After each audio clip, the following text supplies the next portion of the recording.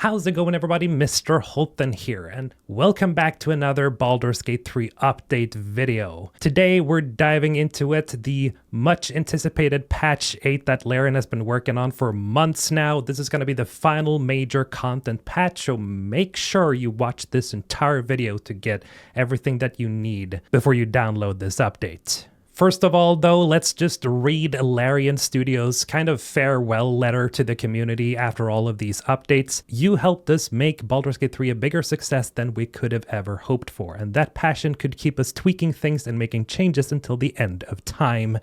But then we'd never be able to create something new. Thank you from all of us at Larian Studios, and thank you to Larian Studios for making such an amazing game. We're all looking forward to what you guys are cooking up over there. Anyway, before we all start crying rivers here, let's start off and read the highlights for this patch. So, the final patch, new subclasses, photo mode, and crossplay, which isn't news to anyone who's been in the news for the past few months, but let's go through it anyway. Well, folks, this is it, our final major game patch for Baldur's Gate 3. You've helped us make BG3 a bigger success than any of us could have ever hoped for, and that passion could keep us tweaking things and making changes until the end of time, but then we'd never be able to create something new. Outside of minor bug fixing, patch 8 will be the last game patch to introduce new content. That means we won't be adding any new narrative content or significant changes to storylines, origin characters, or companions. We've told our stories the way we needed to tell them and tried our best to make them impactful and engaging, and we're continuing to get better at handling our own chaos so that we can continue to create more chaos in the future. Good shit. From the start, your feedback has been incredibly important to us and will continue to shape our future projects. As Sven said during the Baldur's Gate 3 retrospective panel at PAX West in August of last year, it's time for the team to go back to our cave and hang the armor on the wall while we focus on bringing you our next project. Next two projects.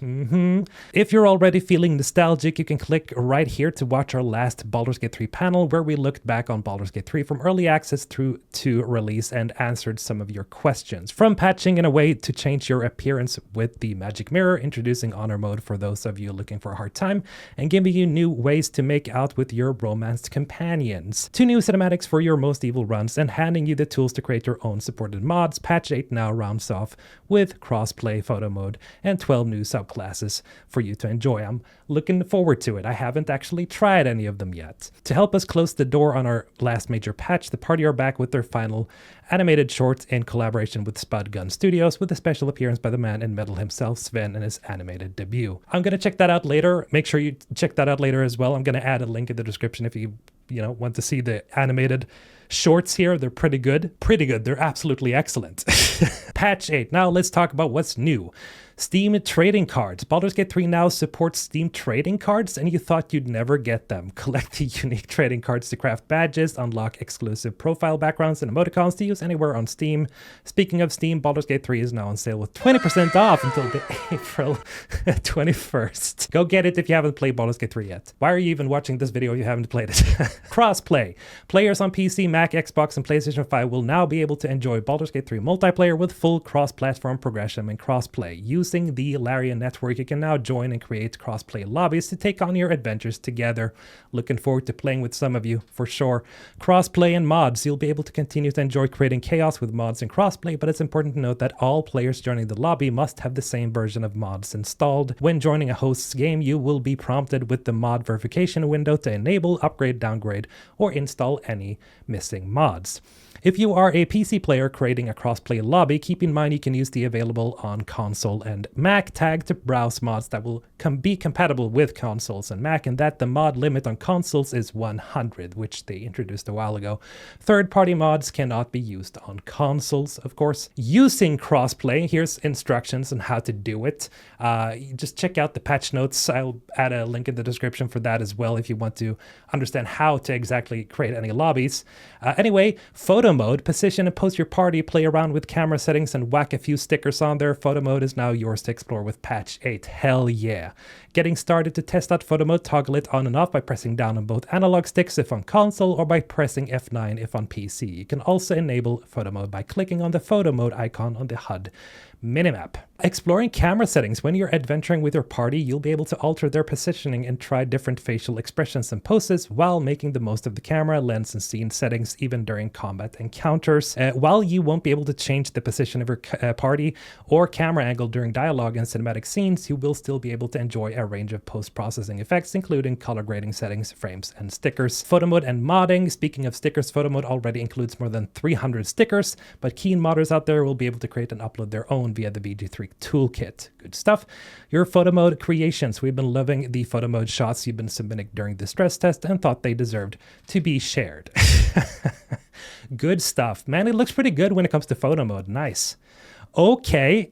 I love that pose though, that finger gun pose. Yeah, this looks amazing. I'm gonna have a lot of fun with photo mode. Oh, Jesus Christ. Look at those divas. Anyway, let's get to the juicy stuff. New subclasses. One new subclass for each playable class is now available, featuring new abilities, animations, VFX, unique summons, powerful cantrips, and voice dialogue for the Oathbreaker Knights for those playing as the Oath of Crown Paladin subclass. Ooh, gotta check that out. Packed with the new ways for you to play, whether you want to roleplay the God of Thunder by using Elemental Cleaver, imbuing your path of Giant Barbarian's Hammer with shocking damage and flinging it out for it to come back to you, or as a drunken monk with truly homebrewed abilities that will enhance your next playthrough, there's surely a subclass for you. Damn, okay, Path of the Giant Barbarian, College of Glamour Bard, Death Domain Cleric, Circle of Stars Druid, Arcane Archer Fighter, Way of the Drunken Master Monk, Oath of the Crown Paladin, Swarmkeeper Ranger, Swashbuckler Rogue, Shadow Magic Sorcerer, Hexblade Warlock, and Blade Singing Wizard.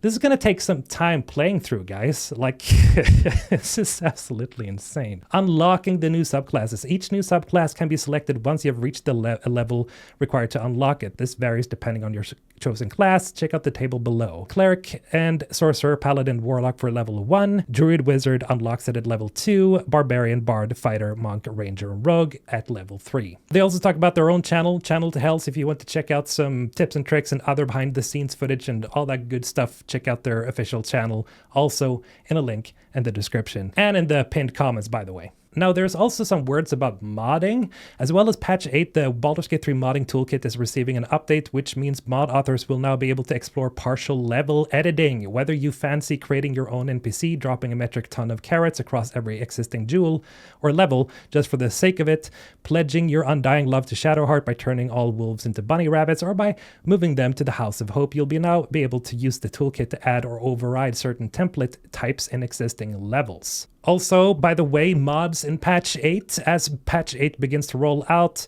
please remain patient and respectful of those in the community who put work into creating their mods. Some things might not be working immediately after a new update, and it might take a while before a mod can be updated. If you can't wait to dive in but are worried about your mod list, we recommend starting a new playthrough to enjoy the new subclasses and try out photo mode. Yeah, so for the time, like, this is always the case with updates in any game. Just if you have a bunch of mods installed, which is probably going to be the case for Baldur's Gate, don't uninstall them, but deactivate them if you can. If you're using the mod manager, you can just swap them to the side and deactivate them. You don't have to uninstall them completely.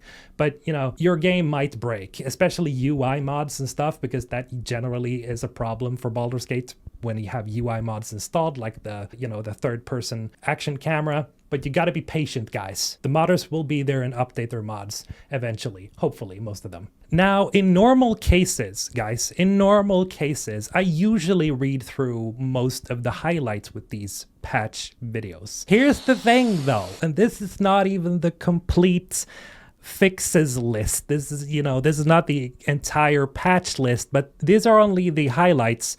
Here are the gameplay fixes, and this is just the highlights. This is the combat, this is the modding, this is the performance and options, scripting and flow, this is the animations, art, UI, sound, cinematics, writing, multiplayer, crashes and blockers, combat and balance, Act 1, Act 2, Act 3, gameplay, across acts. It's insane. What is this? What is this, Larian?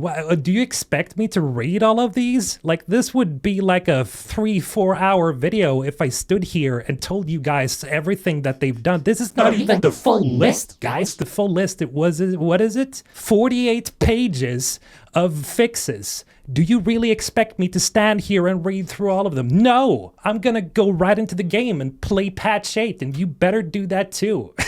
Larian, you guys are amazing. All of you guys watching, you are amazing. Thank you for hanging with me and just hanging out whenever I'm reading these patch notes like the lazy bum I am. But the thing is, it's just fun. It's just cool to read all the changes because you can instantly relate to most of them because you've played the game so many times that you instantly think of, okay, that's cool. They changed that. Anyway, I'm still gonna update you guys whenever there's new stuff coming out about Baldur's Gate 3. I'm still gonna make my mod videos every now and then. I'll definitely update you guys on Larian's new games for sure. So remember to subscribe if you haven't done so already. And again, they're probably still gonna update Baldur's Gate 3 with fixes and stuff, especially now after they released this monstrous major patch 8. They're probably gonna want to stabilize it for a while afterwards with smaller patches, so in case there's something they add that's of significance, I will let you know. In any case, take care everybody, thank you for watching, have a great day. Mr. Olton signing off.